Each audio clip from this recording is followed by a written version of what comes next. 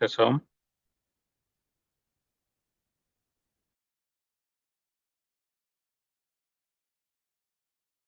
Yeah, Indra. Take care.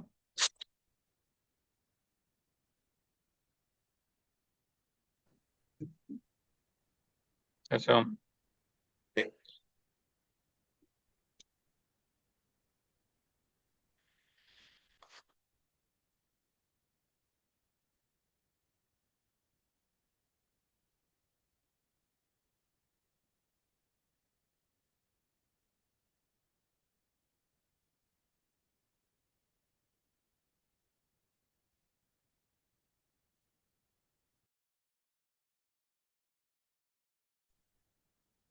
Hey guys. Much. No Jason here. Yeah, not in.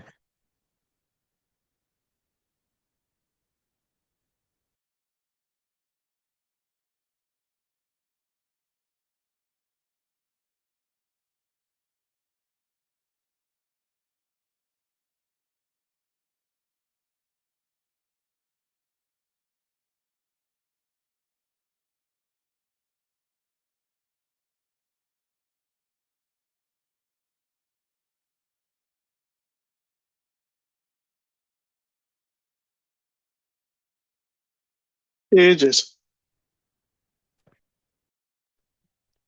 Hi, Pankaj. Hello, everyone. How are you doing today? No I problem. am good. How are you? My previous meeting ran a So- couple minutes long, so sorry I was a couple minutes late. My previous meeting with my food is still running. Well, please continue to have that meeting. You can have two meetings at once.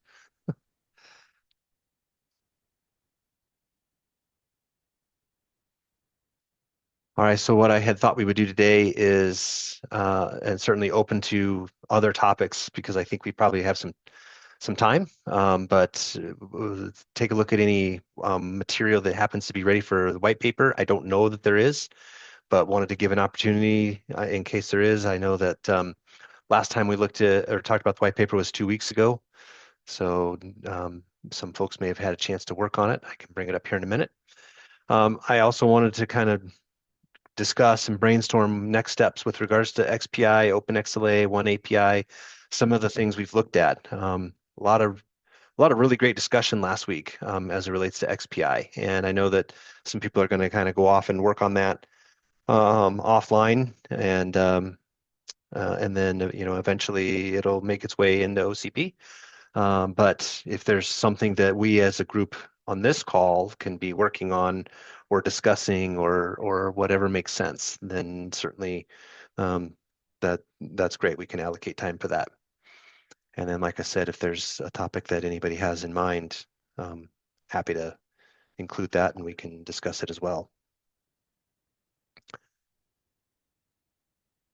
Other items that folks were hoping would be on the agenda or anything specific come to mind that you want to add right now?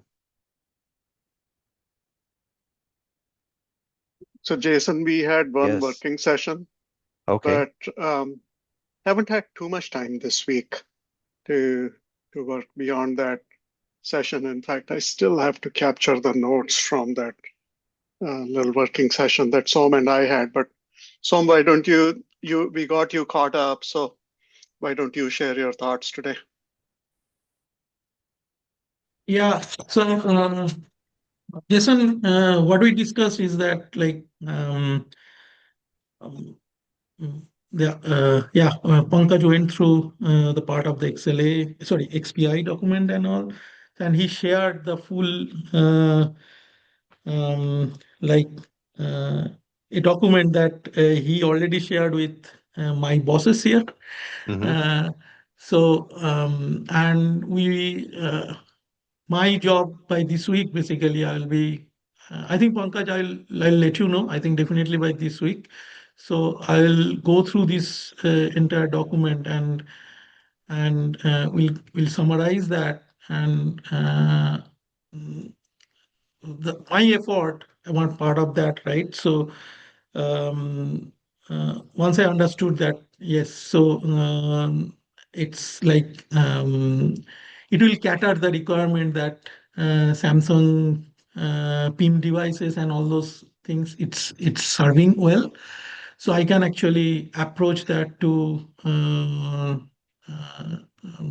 the management here as well as in Korea to do some prototype with our device with those APIs. Of course, we have to come up with the APIs and we'll work with that. So,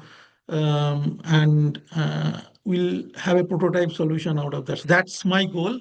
So, and once we have some feedback this week, next week, I can actually approach the management here and then we'll see that, okay, if we agree that we'll take it up with the DSK team that has a device. I think that's the same NDS team that they are actually part of this meeting.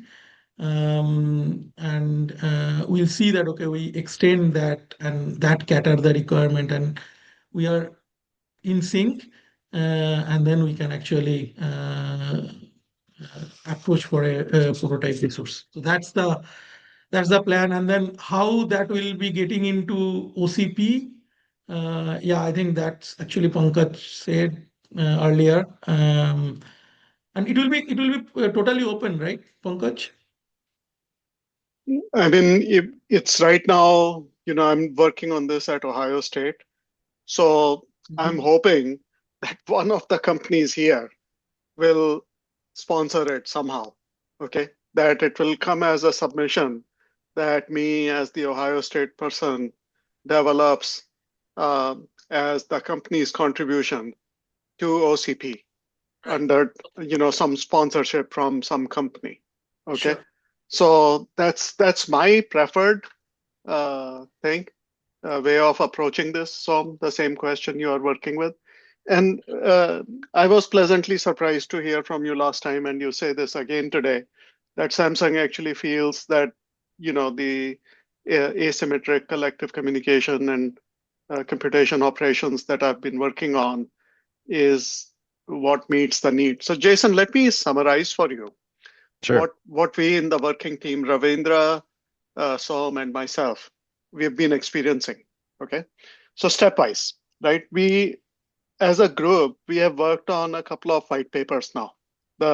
Meaning the published one from this team and the near published one from the OCP CMS CXP Hmm. team. Okay, so uh, and even the OCP CMS CXP team is very detailed, as well as the NDP white paper in terms of what might the interface look like. Okay, there's a lot of language that we gave. So if you ask AI to come up with suggested code based on what we wrote, it makes a start. Okay, the start it makes is suitable only for one server and one device. Okay, so it actually constructs, tries to pick up on the kind of applications we described and tries to come up with an API describing exactly that. Okay, so the next step, as we got to that, and I shared that with you, what it looks like, and it was progress in the sense it was thinking about control plane, discovery, configuration, programming, setting up contexts, etc. Okay. Hmm. So then we started thinking about that there is a gap because we want to have many hundreds of GPUs, a very large number of devices, and sort of embrace the way that GPUs are programmed, which is using parallel computation. So how will we actually bring this API into the concrete realm? So first step was, can we feed it the XPI document? Okay. And so when we fed the XPI document, it became smarter about its operations and kind of understood that it needs to do parallel computing and started talking like that, but did not actually come up with a collective communication API, even with the XPI proposal. Okay. So last week, the session we had, I walked these guys through what would happen if we take the document I have at Ohio State on extending collective communication to meet the needs of near memory computation with special focus on graph use cases like vector database RAG and this type of use cases. Okay. So we actually pumped in that document into the Gemini Pro AI, and we found it started to construct a parallel computation operation. Now that needs a lot of work. It's very preliminary, the output from that, and needs a lot more, like maybe 5 to 8 working sessions to start to get somewhere with that. Okay, so I'm not saying that it's all done and we can go home. The work that is needed is promise. What we have is we have promised that when we work on collective communication specification, okay, that it helps the work of this group, uh, because the using the tools, the modern tools we have that are built into Cloud Code and this type of things, we can actually start to make some progress.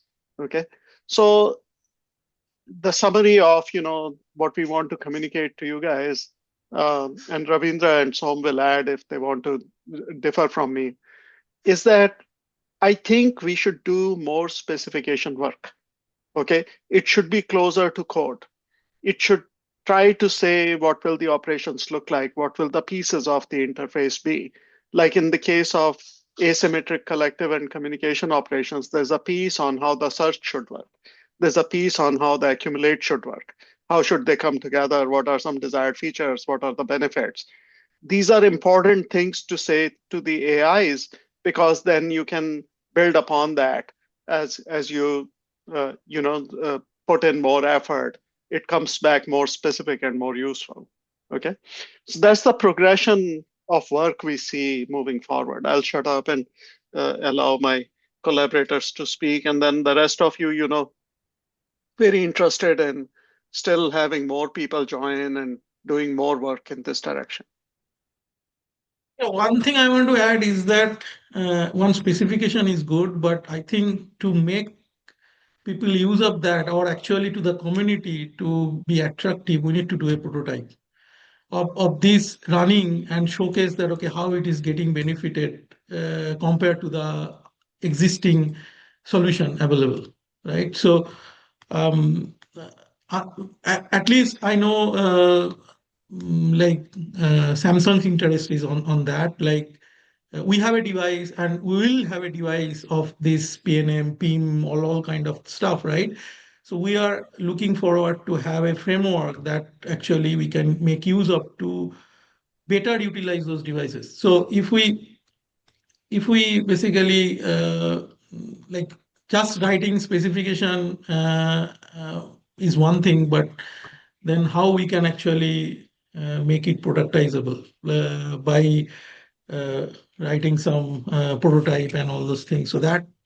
So my goal is that when I was asked to join that, because I said Pankaj, right? So I was purely from development, and we are having a product out of that, and then we are facing this problem that I presented, that data placement problem and all, to make use of these kind of devices properly, because there are, unless we do it from the top in proper way, so we cannot actually see the benefit. So one of the objective of joining this group is to actually, yeah, come up with a show that, okay, we have this problem, and then how can we, as a group, we can come up with that problem. I'm pretty sure this is not our problem. This is the future devices that have this PIM model, PNM model will have this kind of a problem, right? So and how we can actually come up as a team that specification, as well as like giving a prototype, so that actually people can and basically some of the things we are missing as a application. So most likely, like if the application writer, like PyTorch level and all, if they see the benefit, how we can actually take input from them as well, and feed it to the specification to make it like useful for end to end. So yeah, hopefully that makes sense. So Yeah, it makes sense. Thank you. Go ahead. From my point of view, like what Pankaj said, I think it's a twofold, right? So one is that do the spec with the limited tool set what we have, and then to develop prototype, I believe it's not that easy to replicate that infrastructure, and then funding and all the things are needed. So think better to. So I agree with Pankaj, and Som is thinking after that as well. But implementation is going to be a tough But part. let me ask you, what is our goal of like just creating the specification from the OCP? How we will actually make sure people actually see the benefit and make use of that? So Yeah. what is our goal towards that? And I think both of you are right? That I think what Ravindra is thinking is that that allows us to, as a group, make immediate progress.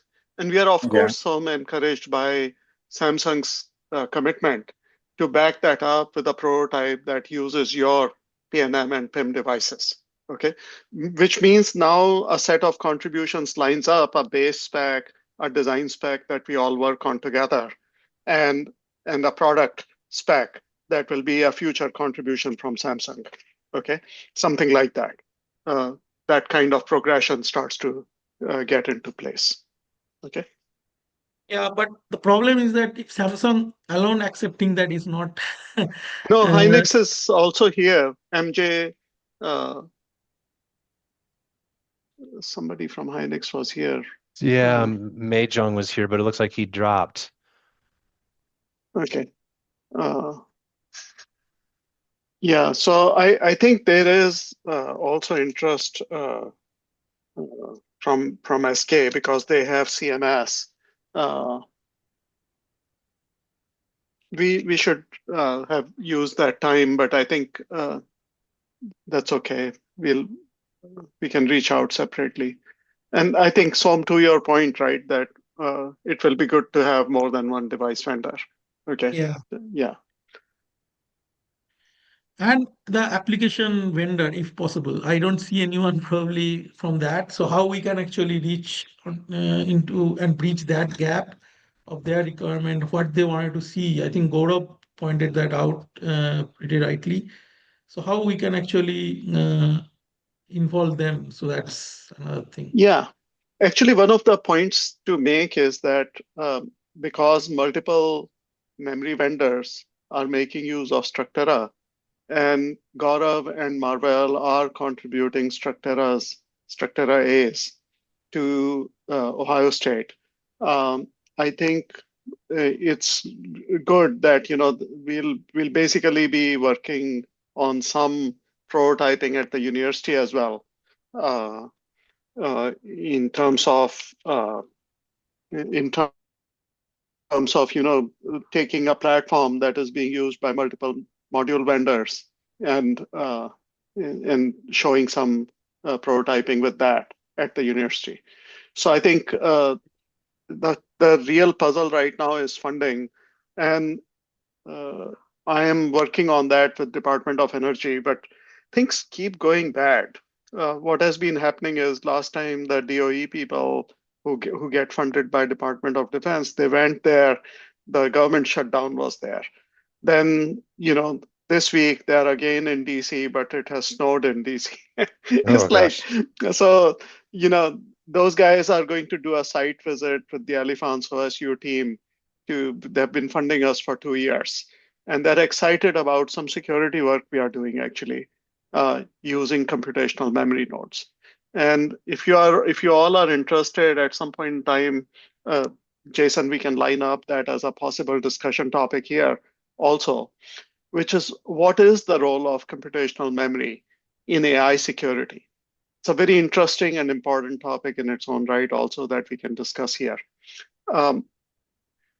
It actually lines up well with the direction I've been advocating here, which, because people come and go, I just want to summarize in one sentence that through the discussion with Samsung mainly, but also Marvell and ARM, one of the conclusions that in this team we have come to is that it's best to think of bottom-up computational memory infrastructure as being programmed using very vendor-specific libraries, and of top-down framework interfaces as being compiler-based specifically using some kind of lowering compilers.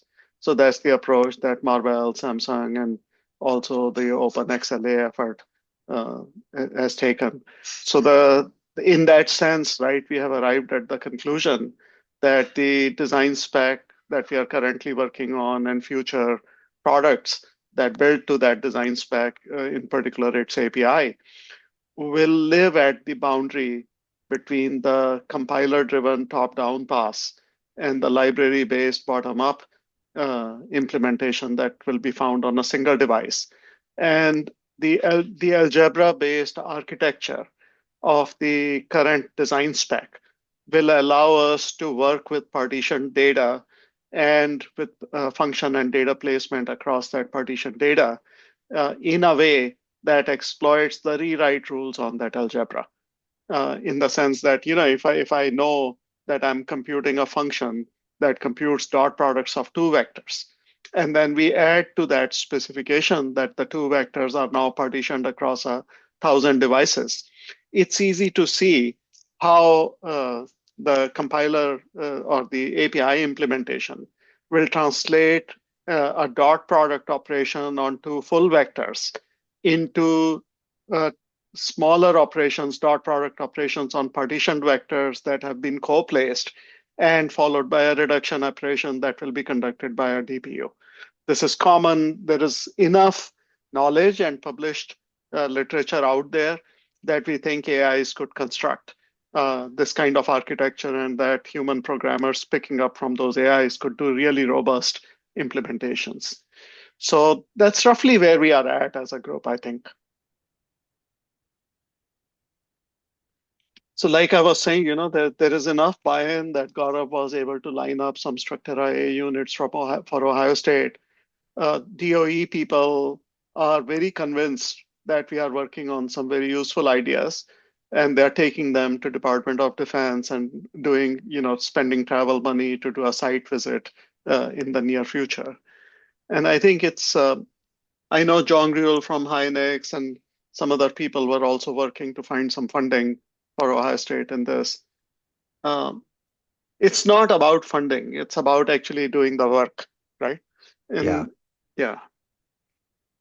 And that's the hard part, getting the people, getting the time for the people to do the work. Yeah.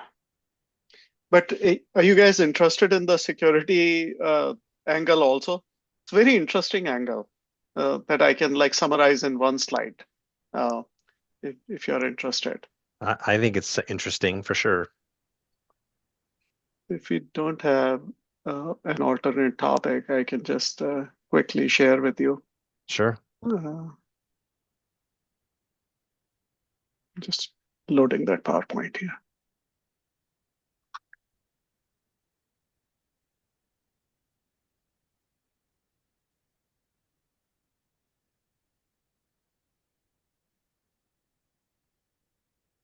So one of the reasons your team might consider joining Ohio State, the center that I've been looking to bring up more and more, this is the New Memory Interconnect Center, right? And we have been having project meetings with the people who are working on Project Genesis at the US government level, okay? So 4 topics have been identified, 2 of which we had discussed at the last meeting on January 14th, I think, that we had with DOE. So in this meeting, we described how our effort is lining up with the bigger efforts that are starting to get funded from the government. And we summarized what themes we had identified through the previous meeting, which was held in September, okay? And then went into the details of this architecture that actually uses computational memory nodes with the idea that by only allowing open format data and compute for vector embeddings that are extracted from defense or energy documents, that you actually can build a more secure node in which you can enforce intent regarding what they want to do with the data and never expose any embeddings that were directly extracted from DoD documents or some weapons specification or anything, but still allow their people to use AIs. So the DOE was so impressed with this that they actually emailed even commercial entities like JP Morgan Chase. And in January, we met with JP Morgan Chase, shared with them the details of this. And JP Morgan said that this is one of the most unique proposals they have seen. They really like the architecture of this. So the architecture is based on something interesting. It's based on the idea that digital information, once it leaks, is very difficult to contain. So what if you take some specification and you are trying to have collaboration among people who are working with sensitive information? This might be information for loan at a branch of JP Morgan Chase, or might be some weapons design or some future energy reactor design, things that are highly protected. Okay. So when you extract those embeddings, normally what happens in vector databases, those embeddings are then surfaced to whoever comes up with an approximate nearest neighbor search query. But what if we said that you cannot ever get the embeddings? You only get something that has similar distance properties as the embeddings that were originally there. So we have some extra layers of security that we build by training a machine model locally on the node that is hosting the embeddings. And this is what we call the secure memory node. Okay. And then we expose only interfaces that allow you to do graph query language queries using this search accumulate metaphor. So that's the part, that specification. These are not just bullet points on a slide. What Som and Gaurav and Ravindra saw last week is that I actually have a detailed specification of this. And when you feed that into the API builder that we were driving so far using the white papers and the XPI specification, that it actually helps that API builder start to build parallel computing APIs. So each piece of this actually is independently useful. And while I have one of the pieces in very detailed form, I also have partial specifications of the other pieces, which I'll be completing as we get more funding from DOE. Okay, so the thing that is very unique about this work is this thing called rare item counting. Because what happens, you have hundreds of trillions of embeddings that get extracted from documents, and most of them are quite harmless. They don't constitute security nightmares. But a few of them are very precious. And so by applying, advanced counting techniques that use the bits, the metadata bits in a very interesting way, instead of just counting 0, 1, 2, and 3, it counts, for example, 0, 1, few, and many. And how you do this and how you use 2 bits in this way is where the practice and experience that I have is very useful, because I've done this before. And so what it allows us to do is it allows us to focus all our metadata resources on those embeddings that have only one or few copies. And this is then used to implement what we call distrust of copies of copies. So, the thought that was in this diagram is that if you, let's say, Jason, you show me something, okay, for the first time, I've never seen that before, okay, but a few days later, Som also shows me the same thing, okay. Naturally, in my mind, I have it that Jason is the creator of this information. Som somehow got it and is showing it to me. And then if you look at an attacker, I'm not saying Som in this case is an attacker, but what attackers tend to do in this AI world is that they try to, collect information using a slow and long attack. And then they use that information to extract more information. Like they might collect a person's security number, their phone number, the name of their mother, and then they call them and they try to gain some trust and get more information by information they have slowly accumulated. Now that's what happens person to person. But in APIs, something very similar happens in AI attacks. So here, we have a mechanism by using metadata judiciously and by observing the order of revealing of information to to grant exponentially more tokens for the on-memory computation to those people who show, or those sources that show that information first. For everybody else who is working with copies of copies, they have exponentially fewer tokens. And they must have a side channel relationship with the original information source to temporarily or permanently receive extra tokens so they can compute on the memory node. Otherwise, their requests to the memory node have to be routed through the original source. Okay, so very, very interesting architecture. And I've been developing this for almost 15 years. You won't believe. Okay, and it's now really loved by senior CTO level people at DOE and also at JP Morgan Chase and other commercial entities. So it's finding, so a core of it actually is the work that we are trying to do here, which is if we have these algebraically implemented near memory compute, then one of the things we can implement is algebraic constraining, which is you say what you want, which AI upper level software like OpenXLA and all already know how to do, right? We saw that PJRT backend can express the linear algebra that backends of machine learning frameworks must perform. We have similar things that exist in relational database, and we are trying to build such things for graph algebraic operations. Okay, so what is done then by the memory node is as you say what you want to do, it says I'm going to enforce that intent very tightly by rewriting the algebraic query using commutative, associative, and distributed operations on that algebra. Okay, so we work on things like this at the university. And then the final piece of this, which is very, very interesting, is if we catch somebody who is coming in and they're trying to use copies of copies and do other funny things, what we do is we see that we should be auditing this person more, okay? And we should be challenging them more. So now that we have embeddings inside, we can use language models to construct challenge response protocol, a new kind of challenge response protocol that the world has not seen before. In this one, we use generative AI to fight generative AI as a security technique. Okay, so this goes into, there are a lot of pieces of this that if you guys are interested someday, this is one of the applications that I'm building of how do you use this kind of work to actually do something that most enterprises and large entities that are working with AI want.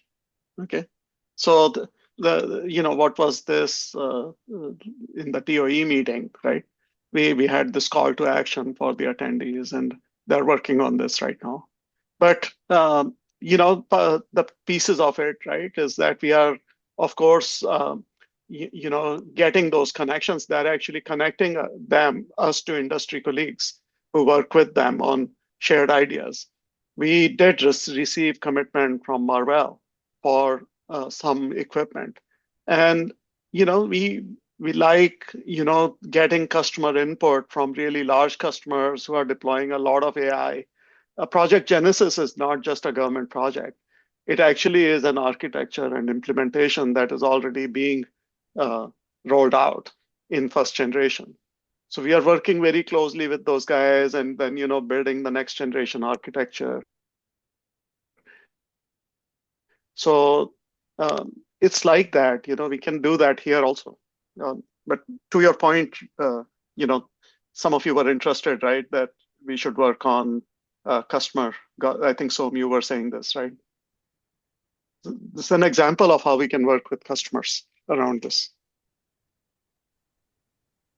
Yeah, I think this is great. So yeah, using that to make the app like that, whatever you are trying, so that will be really like fantastic. Computational memory is actually a very powerful weapon meaning it's a very powerful tool in security. Okay, because you completely prevent people from doing anything with raw data. And it used to be that this was a threat when we used to use transcompilers, because then they could inject their own code. But by now making a fully declarative spec for data and compute, such as by using Arrow Data and Arrow Compute as open formats, okay, we can eliminate that threat completely. Final piece of this is that even if somebody manages to sneak through there, by doing a secure memory node using MemOS, which is written in Rust and has fundamental, like a 60-page architecture spec and a large part of the computational memory node OS, has been actually verified using static checking tools. So we have certifications for that as a memory operating system for computational memory. We can, I'm wearing two hats here. I'm wearing an elephant's hat, in which I'm in an industry role, but also as a university professor. I can see that, this is coming together very nicely, very robust architecture, where we can answer the difficult questions that we used to have trouble answering before as computational memory community.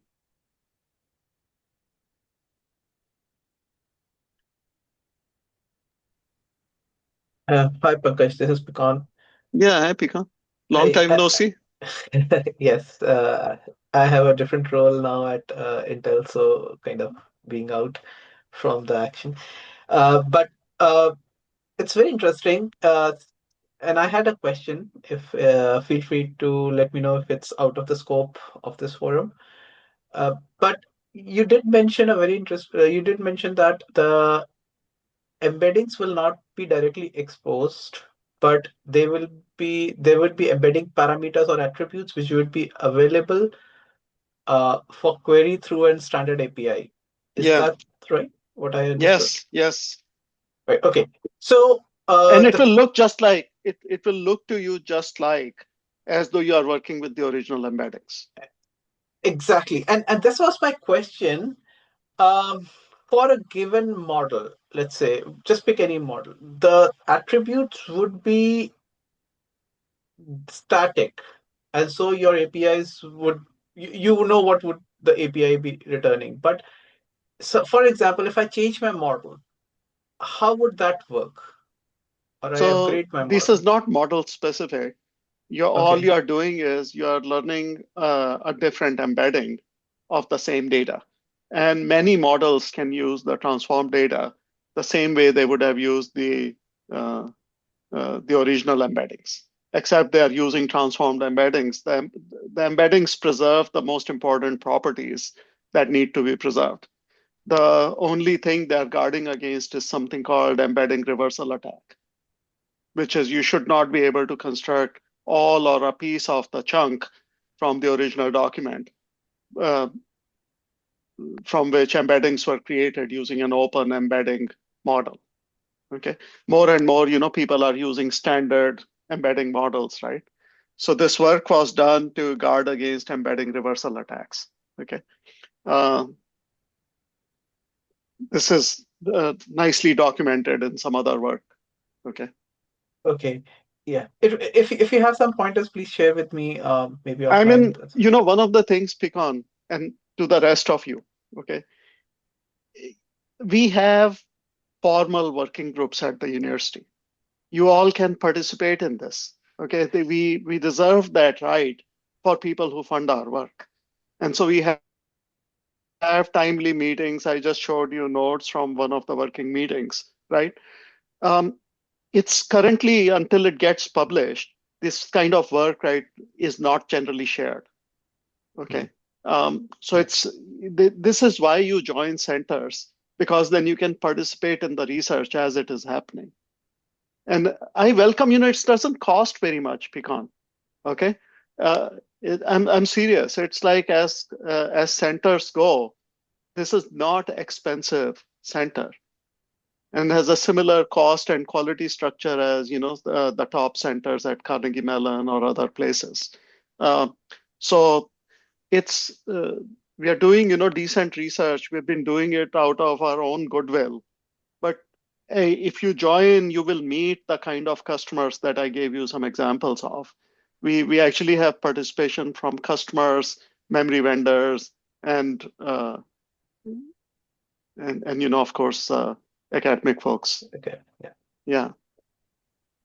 It's a very interesting topic. Thanks for bringing Yeah. that up. I mean, we had a workshop. There are, oil companies and other entities. We had a workshop at NVIDIA in December where we had 2 out of the 20 total presentations that were made. There was one presentation from Elephants and one from me at Ohio State. And I was part of both. And it's very nice. We had a lot of feedback from top architects at NVIDIA and also other interactions. So it's been going on. I've been trying to get you all to participate in this, but this is actually a lot of good activity happening around this. Yeah. Pikan, while I have you, I had one request. So we had OCP Global Summit in October, and there, as part of OCP Global Summit, there was this thing called OCP Global Innovation Village, right? You know this? Yes, I know that. So I went around and looked at all the CXL platforms that were on display at the meeting, whether they were computational or not. And quite a few of them were using the Altera FPGA, Agile X7, I think. Yep.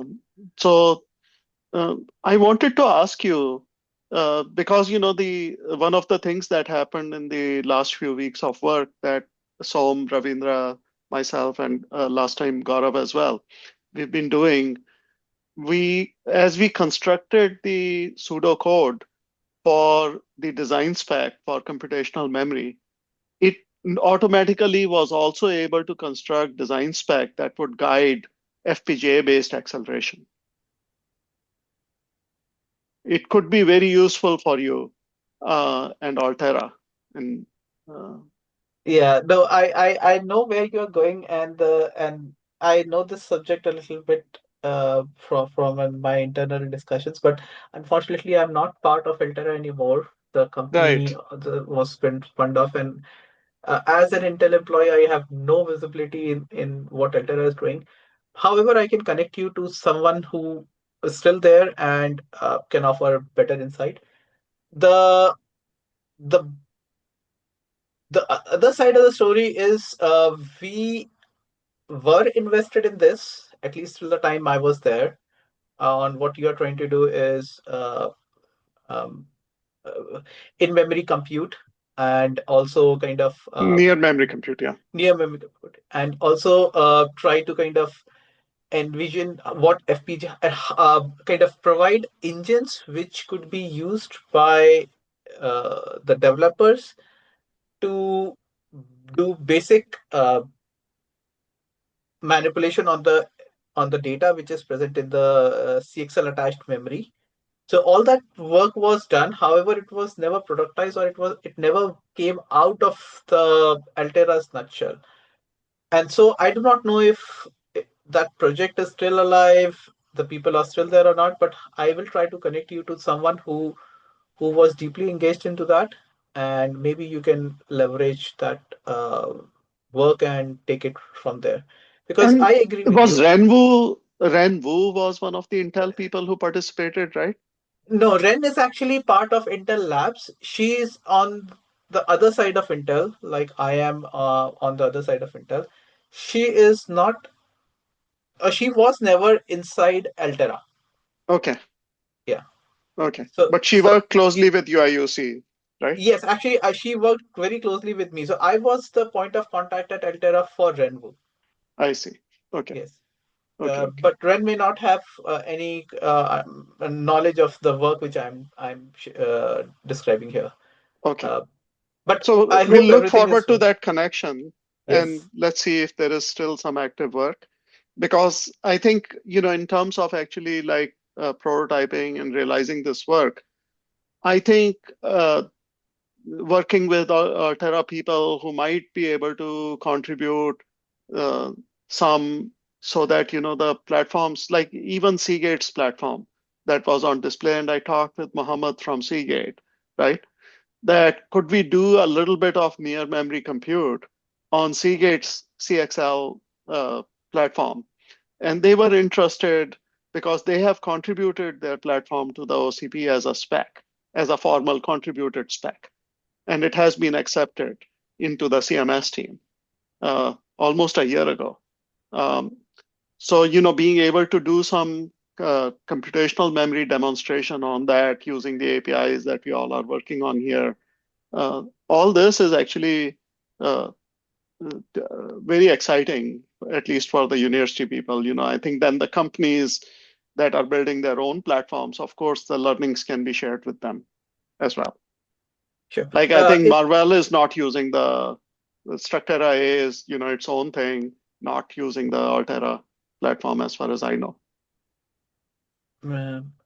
Okay, I can't speak for that, but I just posted in the chat a link to a landing page where some work was done in the past. I do not know what's the status of this work in the Altera, but it is a product or it's a framework on Altera FPGAs which was productized some time back.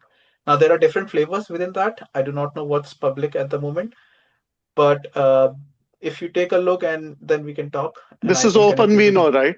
Yeah, this is I think OpenVINO. we had I think you presented this in the other team. Okay. And Yes. you even wrote about it in the principles and best practices white paper from the CXP team. Yes, but at that time, a lot of information was not public. I do not know how mature it is now. So, but I will connect you to someone who can share more details from the Altera side. Okay. This is very welcome. Take on. Thanks. Sure. Thank you.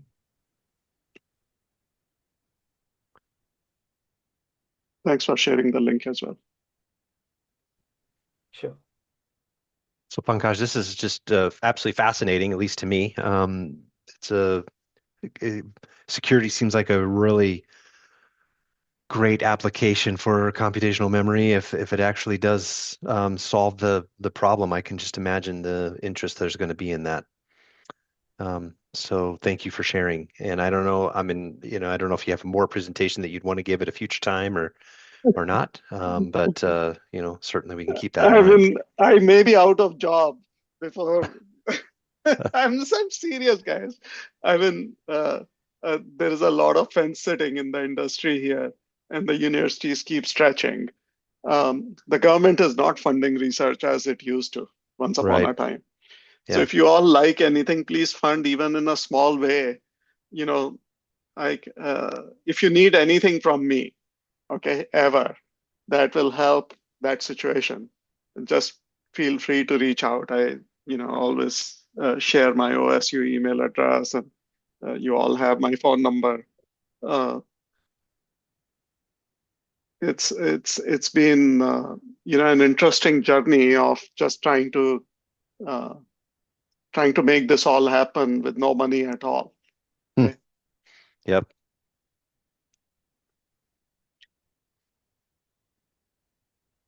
Thank you. And I'd like to say computational memory and storage, right? Because I think it's one continuum now. Yes, I think there's a lot of truth in that. Yeah, you never know, right? Where, Som, go ahead.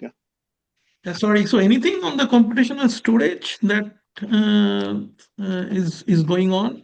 Because that one of the lesson learned from Samsung, and that's why executives are pretty strict about these things. That okay, so we did contribution on the OCP and all those things, but it didn't kick off. One of the reason actually that, and I was part of that that productization effort. One of the things that actually lesson learned is application needs to do a lot of changes to actually accommodate that. So that's why. So this computational memory, we don't want to do the similar mistakes, and we wanted to actually bring customer and then do the minimize like minimum effort from the application perspective to make use of that. So that's where I think I was at least Samsung and us Yeah. actually more There are interested with. some, this is very interesting what you bring up, right? Because I was leading that effort. And as we built up that effort, even won some Samsung awards. You remember, Yeah, I a won lot the of awards, Samsung but no Internal money. R&D award for, yeah. So money too, actually, we had paying customers. But by the time, the team disbanded, what happened that I'll educate you separately because I don't want to say anything negative in a public forum. Okay. Um, what we learned from that effort that is worth sharing here is that if you have separate APIs for computational memory and computational storage, a customer application that is building a memory hierarchy out of memory and storage, it suffers when data moves out of storage into memory because now there is no offload interface that is matched with the same interface you were using for computational storage. So in designing XPI, one of the things we fixed was actually uh, uh, this loophole in computational storage, which was discovered actually by working with SQL Server team at Microsoft Azure. So it's all, I'm very grateful in my career for the learnings that we had. It is true that, the product was less than perfect. Okay. But even then, we actually took it quite far and did some serious experimentation with it at cloud scale, only to discover that there are minor things that destroy the adoption of these products. Another example was PCI. So if you look at, building computational storage with PCI, which is how Smart SSD was built, versus building computational storage with CXL, there is a world of difference. Why, you might ask? Okay, because in PCI world, when devices try to do peer-to-peer, a single server's BIOS is in charge of what is and is not legal. And all different server vendors, whether it is, Invent is different, then Inventec is different, and some other ODM from Taiwan is different. And so hyperscale labs, as we experimented with it and tried to move data between FPGA and the controller using PCI peer-to-peer, it failed in unique way in different server BIOSes. And so we learned a lot about how PCI is deficient. And because we got in early on the CXL game, we've been educating the industry on not making the same single hosted BIOS controlled architecture for CXL. And it's still, one of the things to come out of computational storage efforts and computational memory efforts here in OCP is that we want to contribute this back to CXL consortium and say, guys, you have been under-specified on any protocol other than the load store and coherence protocols. What if we have type 2 device that has computational resources? How should we use mailbox? How should we use shadow addresses? There's no specification. So part of this will, as we complete our design specifications, one of the recipients of this is actually CXL Consortium to prevent the same failure modes that were observed with previous products from happening.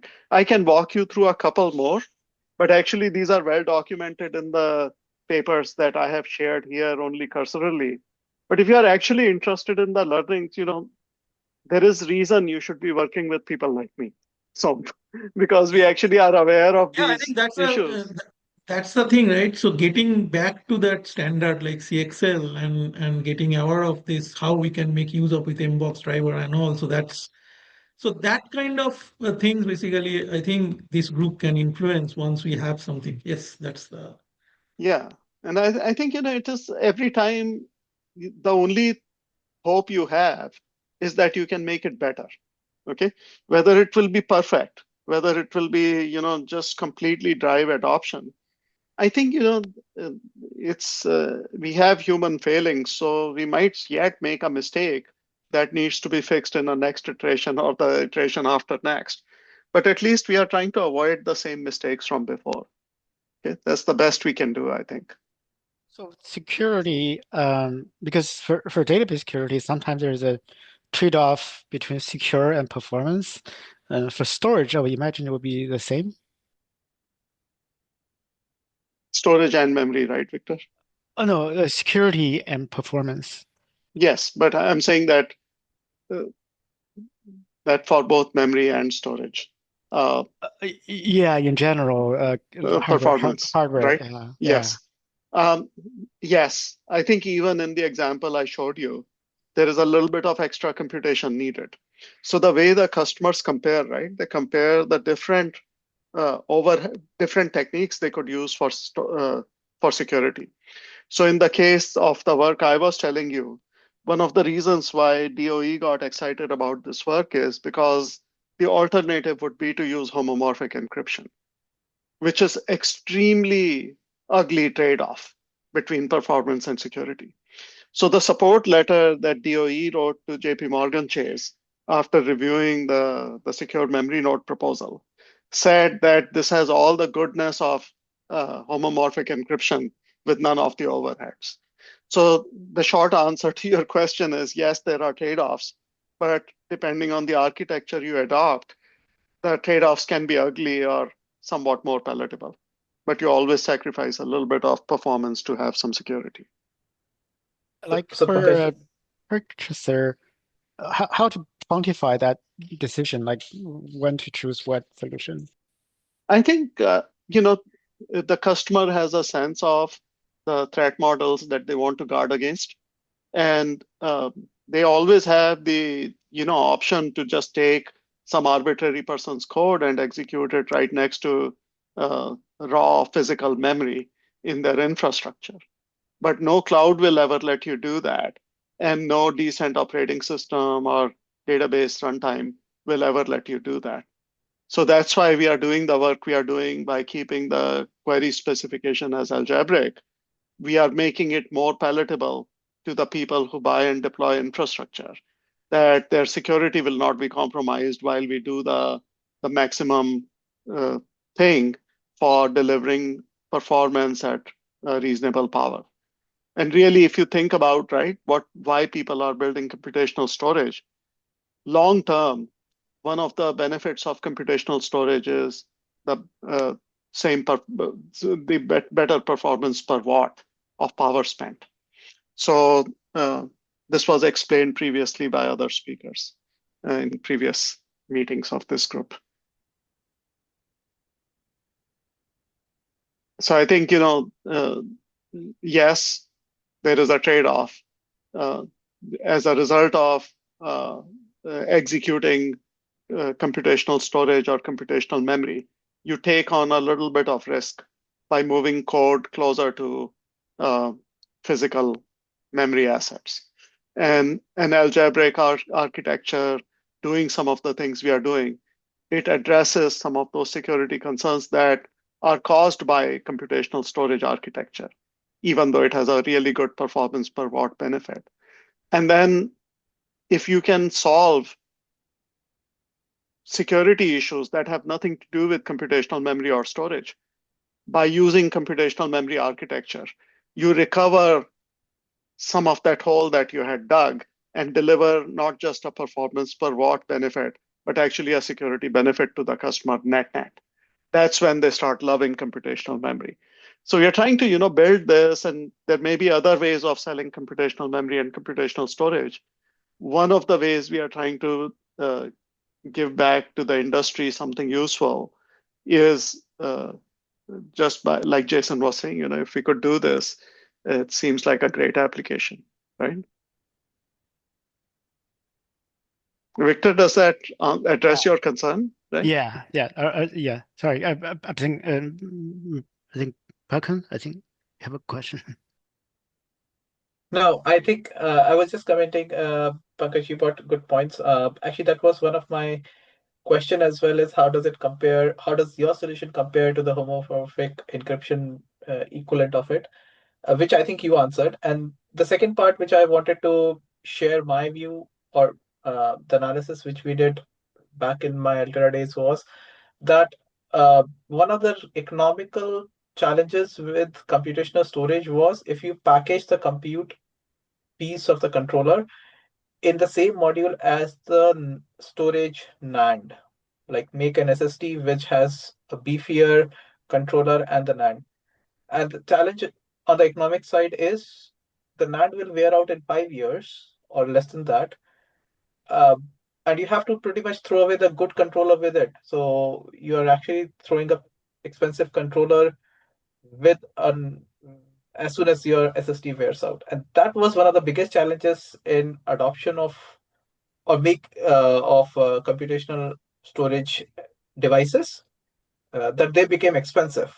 So, Picon, in this sense, the accelerator companies failed us. Okay. Yep. So if you think about it, and Jensen Huang at CES this year, he said that memory is now the number one cost in accelerators. Okay. And the prices are rising another 50 to 75% this month. So I think, if you think about it, the long-term trend that SRC has published, and this is, Victor Zernov, the CTO of SRC, said this. He said logic is free and wants to embed everywhere. Memory is the real cost. Okay, he said this in 2020. Okay, it's based on, long-term analysis of semiconductor industry trends. We are past 3 p.m. Yep. But yes, maybe it's for some other day, but yeah. memory and NAND has always been cyclical business. No, I think, what I was trying to tell you is that maybe you should worry about how long the compute will be meaningfully useful. That memory is not throwaway anymore. Okay. Exactly. Yes. So that's a difference between computational memory devices and computational storage devices. That's a very big difference, which we should underline, but maybe for some other day. Thank you. Good. Great discussion today. Thank you, Pankaj. Really appreciate it. Yeah, thanks, Jason. Have a great afternoon. Hey, guys, give me money. Thank you. I wish I could. I wish I had a budget. I could pass it out. See you guys. Yeah. All right. Thank you.